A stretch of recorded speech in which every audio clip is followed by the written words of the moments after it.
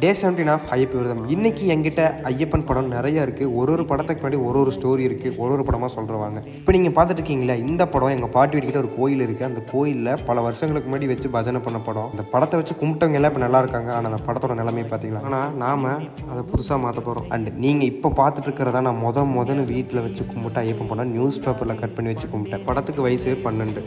இந்த படம் வந்து பார்த்தீங்கன்னா நான் 7th படிக்கிறப்போ ஸ்கூல் முன்னாடி 20 ரூபாய்க்கு லேமினேஷன் மட்டும் பண்ணி வித்துட்டு இருந்தாங்க. அதை வாங்கி எக்ஸாம் பேடில் அளவுக்கு கட் பண்ணி வச்சு டேப்பெல்லாம் ஒட்டி இப்போ வரைக்கும் நான் சாமி கும்பிட்றேன். இந்த படத்துக்கு வயசு 10. அண்ட் இப்போ நீங்கள் பார்க்குறீங்களே, இந்த படத்துக்கு வயசு கிட்டத்தட்ட ஒரு 20-25 வருஷம் இருக்கும். நான் பிறக்கிறதுக்கு முன்னாடி இருந்து எங்கள் தாத்தா வச்சு சாமி கும்பிட்ட படம். எங்கள் தாத்தாக்கு அப்புறம் அதை எங்கள் அப்பா வச்சு சாமி கும்பிட்டாரு. எங்கள் அப்பாவுக்கு அப்புறம் இப்போ அந்த படத்தை நான் வச்சு சாமி கும்பிட்றேன்.